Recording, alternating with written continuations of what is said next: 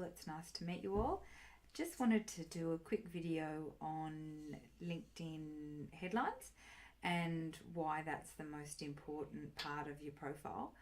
So when people arrive on your profile for the first time, the first two things they see is your photo and your headline.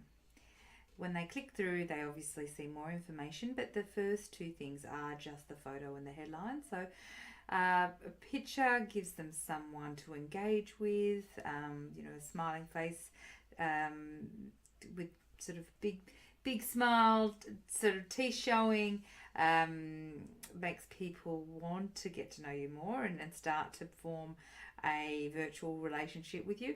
But the text in your headline really is the thing that gives them more information.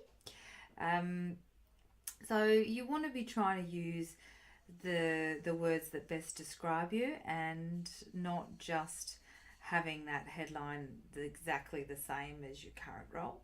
It's a wasted opportunity if you do. So the sorts of keywords you might want to use are words that are used when you look for a job. What words do you type in when you look for a job? Words that you want to be known as, words that describe your profession, your role, and something nice that can sort of give people a window in on who you are.